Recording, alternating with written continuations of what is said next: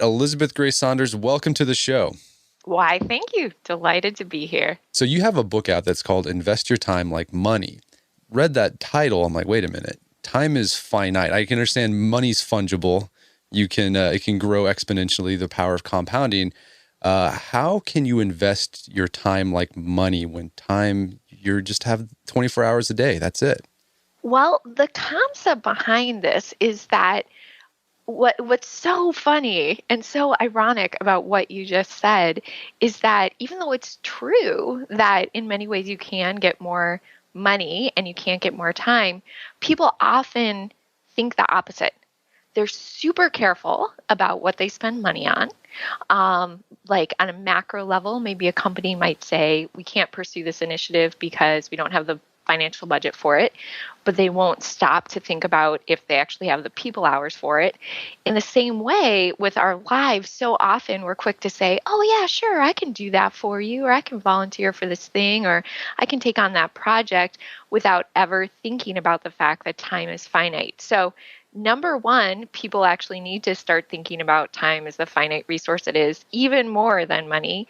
And then number two, when we're looking at investing time like money, we're saying, where's the return on investment? So just like when you are thinking about your financial assets, and there's certain things where you might get a 10 or 20% return if you're lucky. Maybe you bought a house at the low in the real estate market and it went up a lot in terms of value. Versus something where it's just an added expense for you. So maybe your insurance premiums go up, but you don't get more bang for your buck. In the same way with our time, there are certain things that when we put time into it, it really pays off in terms of the benefits in our lives, both now and in the future. And there's other things where, there's not much of a payoff. It's about a 1-to-1 ratio. And other things in our lives, we're spending even more time on them, really leads to absolutely no benefits. And so the whole point about how to invest your time like money is, let's start thinking about what's the ROI and stop just like pretending that we have this bottomless pit of hours in a day and really wasting it on things we don't really care about. Okay. So when you're talking about ROI with time investment, the value that you're looking for is just value in your life in general, like better health, better relationships. I mean, can you actually free up more time by investing your time? Yes and yes. Okay. Yes and yes.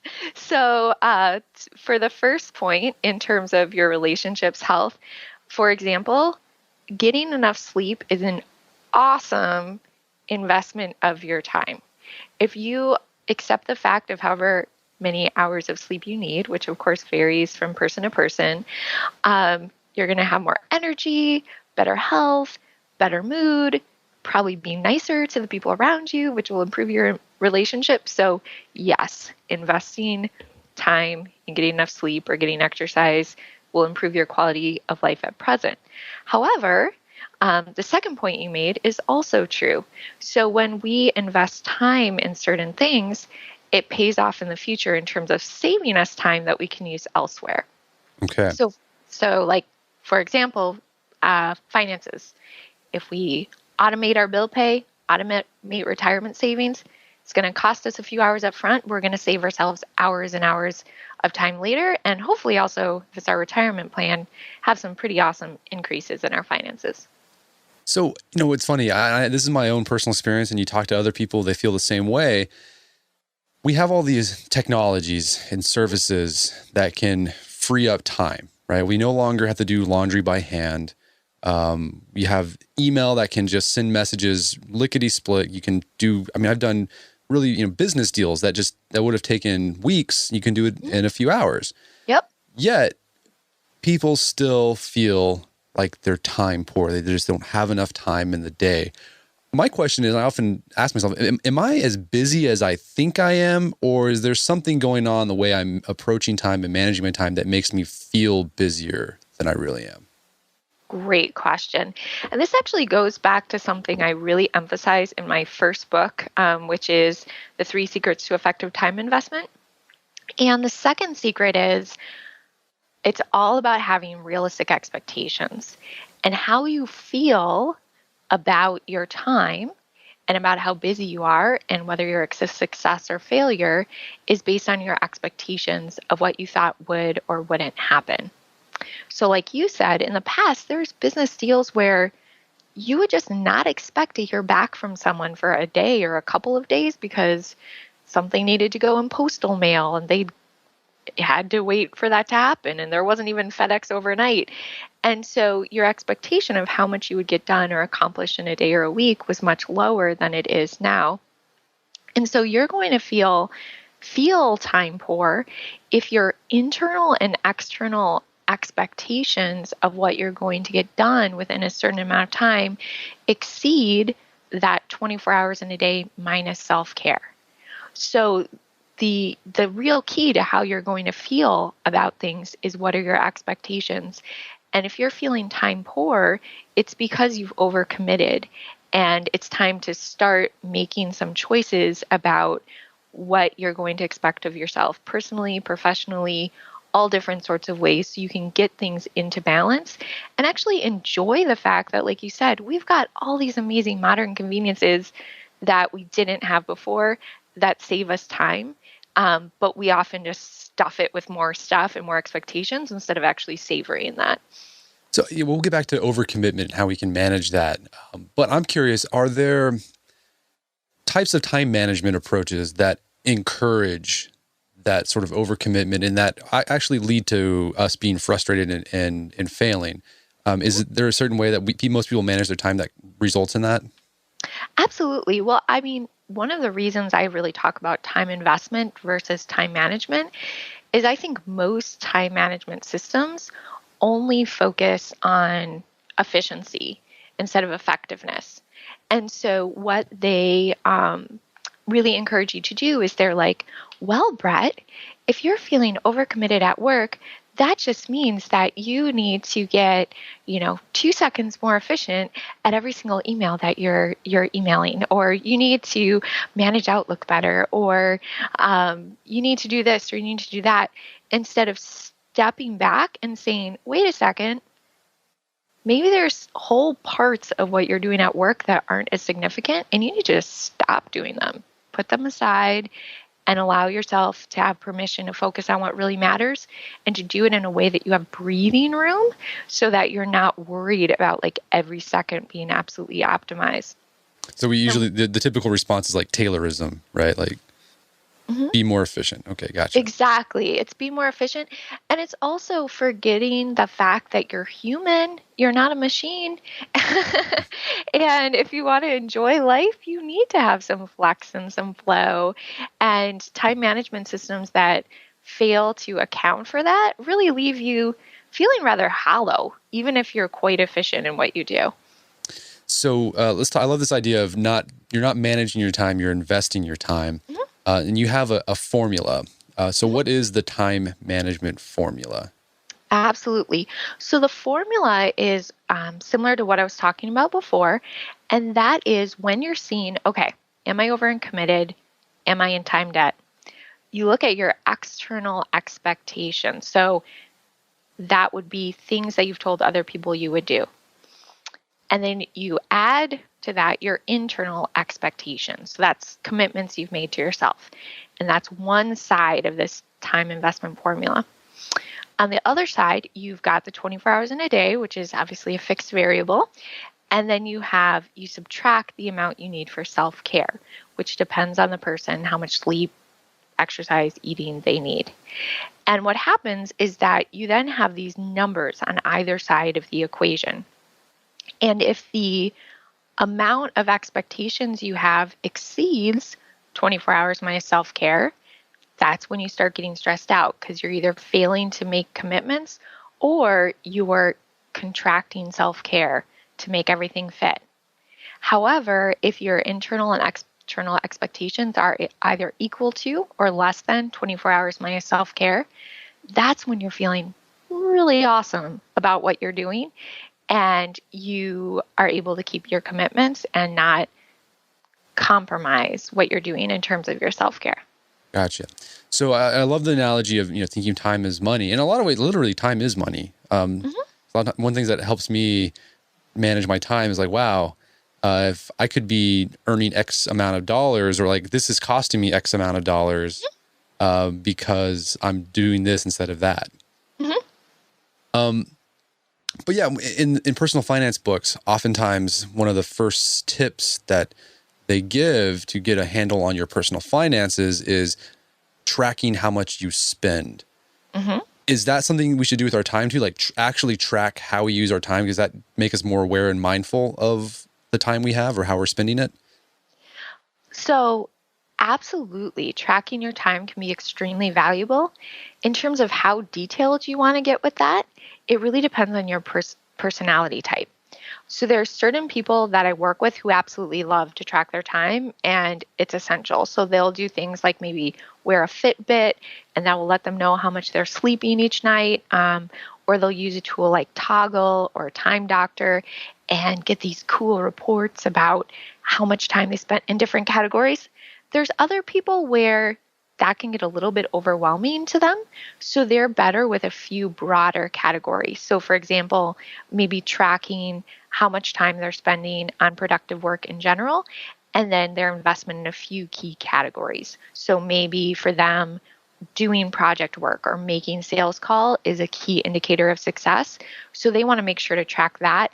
But if they tracked every little thing, they start to get really overwhelmed. Overwhelmed, yeah. I've noticed that whenever I track my time, just by tracking my time, I use my time more effectively. Because you're suddenly aware, wow, I spent, an hour surfing the web mindlessly.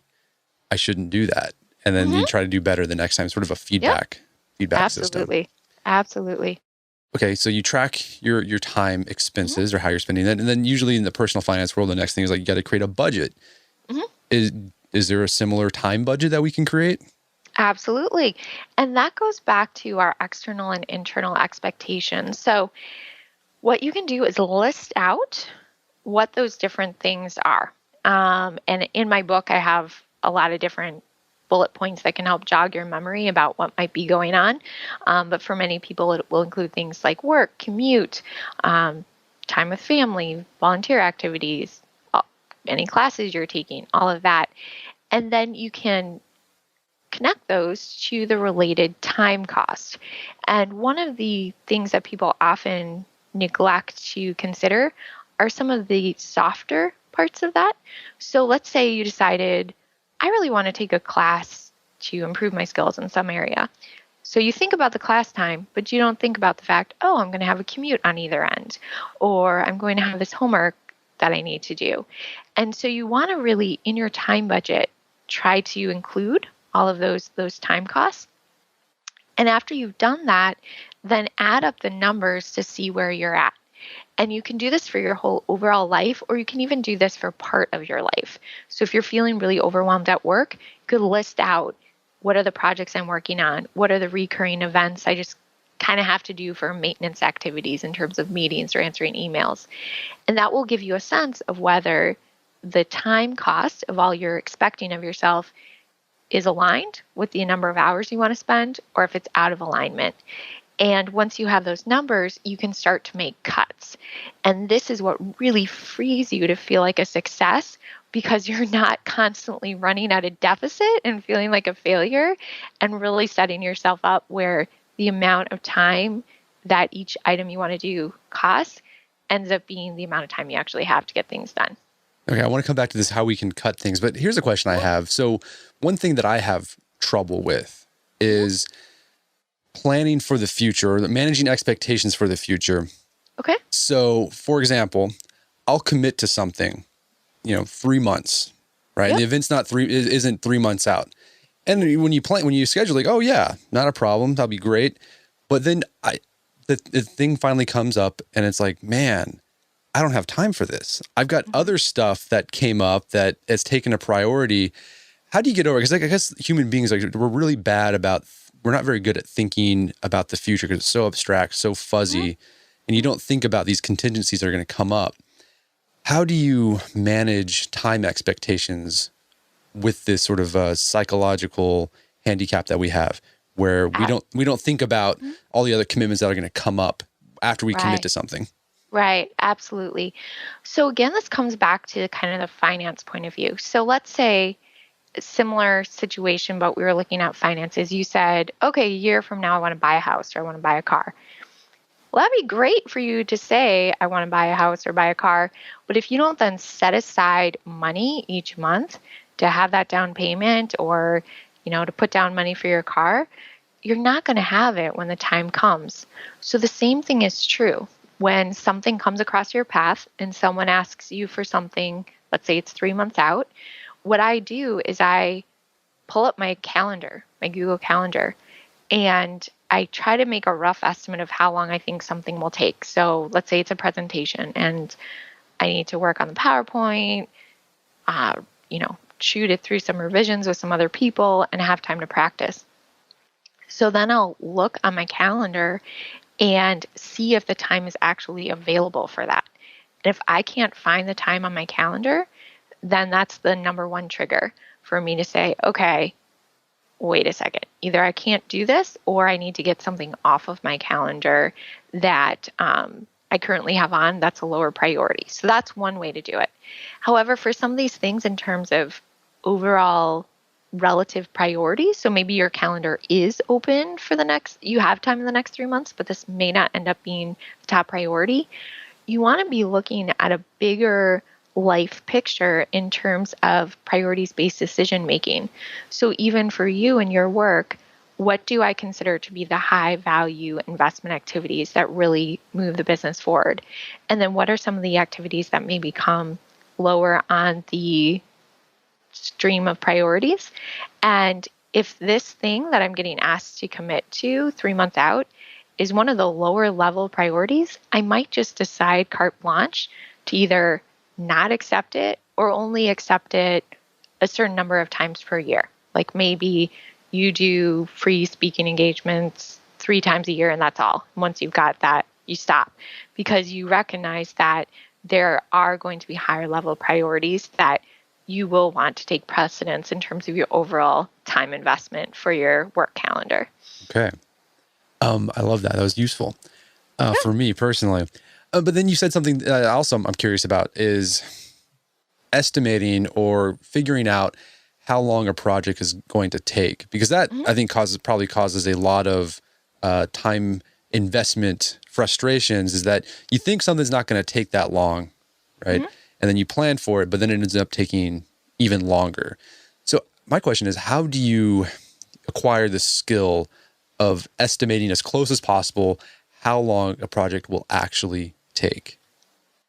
Great question. So a few things. One is the past results you've had is a good indicator of future results. So if you have similar sorts of things you do, whether it's writing an article, doing certain presentations, certain sorts of projects, if you're doing your time tracking, you have data to show you what things look like. And if the last 3 times you wrote this sort of article, it took 10 hours, it's a good chance that the next time you do it, it's going to take 10 and not 5. So that's one of your best indicators of how long something will take. If you either don't have data on how long projects have taken you, or you're in a situation where you have a new project that you haven't done before, the best thing to do is to break it down to the smallest parts possible. Not only will that help you with your estimates, but also will help you with actually getting the project done. So it's helpful to get really granular. So like I was talking about with the presentation, you might say, step 1 will be looking for past similar presentations. Step 2, compiling the PowerPoint. Step 3, sending to graphic designer to redesign. Step 4, coming up with a script. Step 5, practicing. Step 6, blah, blah. And so you do each one of those. And then our minds are actually pretty good at estimating once you get down to those smaller parts. And so that can be something that can help you with being more accurate. And then finally, if you're looking at a huge, massive project like a website redesign or something like that, I would say just expect everything's going to take a really long time. Put in tons of buffer And you might not want to set a really specific deadline until you get quite close to the end, because there's certain things that no matter how much you try to estimate out, probably aren't going to go as expected. And putting too much constraints on yourself can be really frustrating for you and your team. Awesome. So related to expectations, you write about in your book this idea of maximizing and satisficing. How does maximizing, or can you explain what the concepts are, and then how do they help or hinder time investment? Great question. So first of all, maximizing or maximizers are people who try to really do everything in the best way possible. So they don't just buy a toothbrush. They buy the best toothbrush that they have researched and has the highest Amazon reviews, Whereas satisficers say, okay, I need a toothbrush. What's the first one that pops up, or what's the one I see at the store? That works. And satisficers just aren't trying to maximize every single task they're doing or the ROI. And why this is significant is that there's a saying that some people say is, how you do anything is how you do everything. And what this can create is a lot of perfectionism when it really doesn't count. So that could be sending perfect emails, that could be doing every project to the absolute max, even when it doesn't really matter. Whereas satisficers are saying, okay, when I'm looking, let's say, at my day, where can I provide the most impact? Where does it really matter for me to do something awesome and it'll have a big ROI? And where is just getting it done all that matters? So some things where you might be able to cut time would be answering emails more quickly. Maybe some basic paperwork that just kind of needs to get done and out, doesn't need to be perfect. Some places where you might want to spend more time and it actually really is worth it to maximize the ROI might be a project that you're doing for a new client where doing a really wonderful job on it is going to cause them to get you more work. Or if you're working within a corporation, might lead to a promotion. And why this is important is that if you try to do everything perfectly, you're either not going to get everything done or you're going to miss deadlines. Whereas if you're willing to satisfice in the areas where it doesn't really count as much, then you're going to be able to really push more time into the things where you're going to get a big payoff and you're going to be able to make your deadlines. Okay. Now, I'm probably opening up a can of worms here, but I'm curious. In the people, you've worked with lots of people, Yes. managing their time and coaching them and investing their time. Yep. Are there differences in the way both men and women approach time management that you've noticed? Just like very general, Right. I know it's broad strokes. Yeah. No, great question. I would say that obviously each person is unique, so I'll preface it that way. Of course. But in general, I find that women tend to be more women are planners naturally than men, whereas men, I think, can tend to be more towards the spontaneous side, although there are definitely men who are planners, so I'm not precluding that. And then in terms of, I think, some of the psychology, again, this is changing, but men, and I think this is a wonderful thing, good thing, and I don't think it should change, but I think men naturally tend to really feel how they prove their worth and particularly how they, love their families is through their work. And so sometimes in an attempt to really show their love for their families, their, wives, their children, they can spend a lot more time at work because they're afraid that if they don't, they can't provide for their family in the way that they want to. Whereas I think women don't tend to feel that pressure as much. And not that no women do, but it's different. And I think it's good and it's natural. And so I guess one thing I would just say in that is sometimes in terms of just being aware of time investment, if men can be aware of one of the big ways they can love their family is just being present for, even if you have to work at night, being present for dinner or being present for certain kids' activities, that can make a huge difference in how loved and appreciated your family feels. And it can particularly help, your wife or your children to really feel like you're there. And I think that's one just kind of significant difference I see. Most women, I think more naturally recognize that the time they spend with their family is really valuable, and it's not just by work that they show their love. But I think men just tend to fall more into that category. Is it wrong or bad they feel compelled to be providers? No, I think it's awesome and that it's a wonderful quality, but it's just something to consider that you might unintentionally undermine your relationships in an attempt to provide financially, but maybe not be present like emotionally or physically. Yeah. I think it's interesting too, how cultural norms can change and can change our expectations. So I was reading a book about sort of like a sociologist wrote a book, Why We Feel So Pressed for Time. And I just thought it was interesting that our rising levels of what we expect, what we think clean is, has caused us to spend more time cleaning than like our grandmas did. Wow. Yeah. And so like, yeah, women, they're getting in the workforce, but they still feel like they have to keep their house immaculate and spotless. But like their grandmas, even though they were homemakers, like they were satisficers oftentimes when it came to a clean house. Like, okay, yeah, there's mud prints on the kitchen floor and there's clutter. Big deal. I got to go make dinner. Nowadays, there's a lot of pressure with women and men to be like, well, no, I got to keep the yard awesome and the house has got to be spotless. And so I feel like these expectations from the wider culture can make us miserable.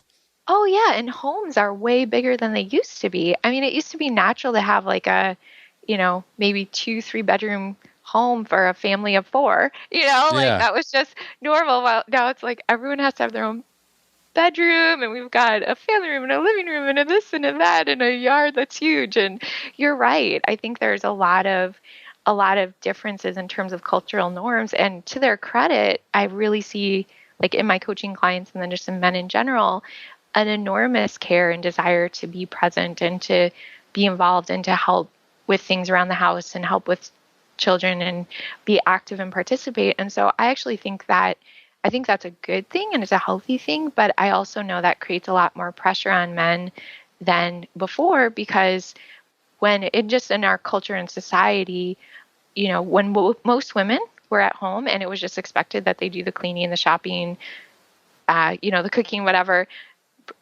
Many men, not all men, but many, it was just work and come home and that was what you had to do. Yeah. Maybe you should throw on to baseball. Whereas now I think men have a lot more expectations on themselves in terms of how active and participating they're in the home. And I don't think it's necessarily a problem, but it is something to realize. Be easy on yourself. Like you're doing a lot, and you have to still keep things in balance about what is actually realistic or not realistic, and make sure that you don't lose sight of self-care, because I see with both men and women, particularly when they have children, there can be a lot of guilt around doing anything that you just enjoy and just for pleasure, whether it's watching sports or playing sports or reading or playing an instrument or whatever it is. And those are actually things that are really important for you to be happy and healthy, and shouldn't be a cause of guilt that you're investing time in them. And I actually see those as great investments in terms of quality of life, you maintaining your sanity and being the best person that you can be. Yeah, and it'll make you more productive at work in the long run. Absolutely. And just a happier, healthier person, particularly if you're an introvert. You need that time alone to recharge, and you can't necessarily go straight from like work to family or work to friends or whatever and really be in a good place. So we're big advocates of planning, time planning on the site. I'm curious, what you talk about in your book, but what's something when someone's sitting down to plan their week out, what should that planning session look like? Definitely. So the weekly planning session at its most basic level is where so the end goal, what are we trying to achieve, is number one, you want to have a sense of the hard landscape of the week. So what does this look like? And number two, you want clarity on what your big goals are. So in a practical point of view, why do those two things matter? Having a sense of the landscape helps you with not missing things and not being blindsided by things you weren't expecting. And having clarity on your goals helps to make sure that you're investing in those high importance investment activities. When you sit down to do this, you need to have in front of you your data set. So for most people, that will look like having their calendar and then wherever you capture to-do items or goals or things you're working on. And then I recommend looking back over the past week. For myself, when I do this, I have my Google Calendar and week view. But you want to look back over the past week to make sure you have a complete capture. So did you do those meeting follow-ups? Is there something that needs to be rescheduled? Did you promise someone something after a meeting that you need to do? Then you want to look ahead over the coming week. And this is a chance to really scrub your calendar. And since I'm an advocate of time investment, especially for my clients that are managers, I recommend this is a time for them to decline or reschedule meetings if necessary. So often people are in far more meetings than they need to be. And it's also a time for you to clarify and put in any prep work. So let's say you have a meeting on Friday that you're going to need to get a report ready for. You should be putting in some time earlier in the week to get that done so you're not surprised or crunched by that at the last minute. And then finally, you're going to look at your task or to-do list or projects. People have them categorized in different ways, and decide what are the big items for the week. Typically, for most people, given what's going on, there's about 2 or 3 projects that they can move forward in a substantial way. Sometimes there's more if they're smaller, but for most people, it's 2 or 3. You want to clearly define those, write those at the top of your to-do list or put them at the top of your calendar. And then for a lot of people, it can help to also block in time on their schedule. So maybe it's Tuesday afternoon, I'm going to work on writing this report, or Wednesday morning, I'm going to call prospective clients, whatever it is, so that you've already established from the get-go, this is what you're wanting to achieve. And with this weekly plan, when you're done, you should have a roadmap of what your firm commitments are, what are the big goals you're trying to achieve, and how everything fits together. If you already notice then it doesn't all fit, it's time to make cuts. And then if it does fit, but you're really squeezing everything in and you don't have any flex time, I also recommend taking a little out of your schedule. Ideally, we want to try to have Fridays pretty flexible so that when life happens and things take longer than expected and kind of flow throughout the week, you can catch that spillover on Friday and still get things done instead of having to work over the weekend or not really feeling like you accomplished your goals. And how do you cut? Sometimes you can cut something, but it still has to be done. So are there methods of eliminating things from your calendar, but still find ways to get them done? So, obviously depends on the situation, but sometimes it's just delaying it to a different week. Other times it's delegating it to someone else, which is often a great point. Or the other way to do it, which works often, is just satisficing. So you would be amazed. People that are good at satisficing, wow, they can get done in probably 5 minutes what might take maximizers an hour. Because let's say they get a form they need to fill out. They fill out like the minimum amount they can fill out, may not even use complete sentences, shoot it back and figure, if something's wrong, they'll get back to me and tell me, versus maximizers will write these like 3 or 4 paragraph answers to every single question with perfect punctuation. And so sometimes if you just need to get something done, giving yourself 15 minutes and saying the best I can do in this amount of time is what's going to happen can help you with that. And then how does daily planning build off of your weekly plan? Perfect. So weekly plan is the overall roadmap to give you a strategy. Daily planning is your tactical decisions on your operating system for the day. So with daily planning, if you've done your weekly planning, it should be super quick, like 5-10 minutes. What you're doing is take a quick glance over the day before. You don't have to do a complete capture and move everything, but just a real quick, okay, anything that didn't happen that I've got to follow up on now. I can't wait until weekly planning. Then you want to look over the coming day. So this is a chance to take note of any meetings you have, make sure there's a reminder pop-ups on your calendar. If you want, put alarms on your phone as a double reminder for you, and clarify whether what you intended to do is still the top priority. So let's say initially on Tuesday afternoon, you had planned on working on a report, but your time got switched around, so you only had an hour to work on the report instead of 3. When you're looking at your daily plan for Wednesday, you might have thought you were going to start the day by reaching out to prospective clients, but the report really needs to get done. So in your daily plan is where you make that choice and you say, you know what? Nope, I'm going to start by finishing the report, squeeze down the time a little bit I'm spending calling prospective clients, and, that's okay. That's how it's going to be. So it's basically your recalibration so that you're staying in alignment with what's most important instead of just assuming that your weekly plan will go as exactly as planned, which isn't realistic. So you talk about how we kind of been dogging on maximizing lately, but you talk about the INO technique for maximizing your time investment. Can you explain what that is? Absolutely. So INO is for investment, neutral, and optimize. And this can be something when you're doing your daily planning that can help you really clearly recognize where to focus. So investment activities are like we were talking about before. This is where they're high impact. It could be a project you're working on that could transform your business. It could be maybe meeting with prospective clients or, meeting with colleagues to build momentum for a project. You spending more time here is a good idea. And these are activities you may spend hours and hours on. Neutral activities are things that are more or less a 1-to-1 ratio. So let's say you have a staff meeting. It needs to get done. You don't necessarily want to do it as quickly as possible and totally cut any fat in the meeting. But spending a lot more time on it isn't a high priority. So with these activities, you want to get them done well, but you don't necessarily want to turn a 1-hour staff meeting into a 2-hour staff meeting. There's no real huge return on investment for that.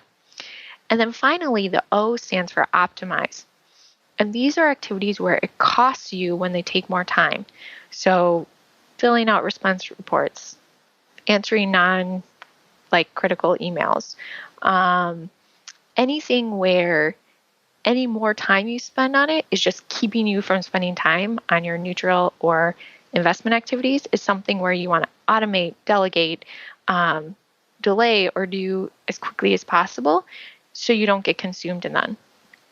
And by simply making a note on your daily plan, like what's the investment activity, like put an I by it, or what's neutral or what's optimized, you can start to train your brain differently in terms of how you approach them with the hope that the optimized ones you can get through as quickly as possible, and the investment ones really give yourself permission to spend that extra time to get things done well.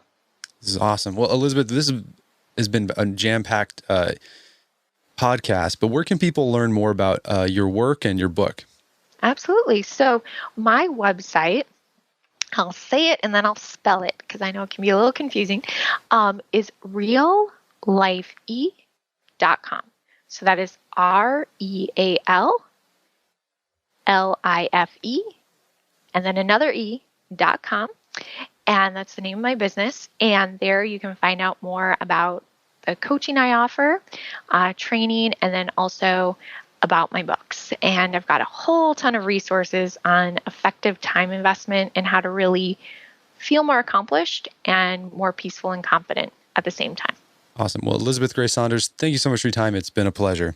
Absolutely. My pleasure also. My guest today was Elizabeth Grace Saunders. She's the author of the book, How to Invest Your Time Like Money. It's available on Amazon Kindle, just $5.38. A really great deal full of practical information. And you can find out more information about Elizabeth's work at her website, realife.com. That's REALLIFE.com.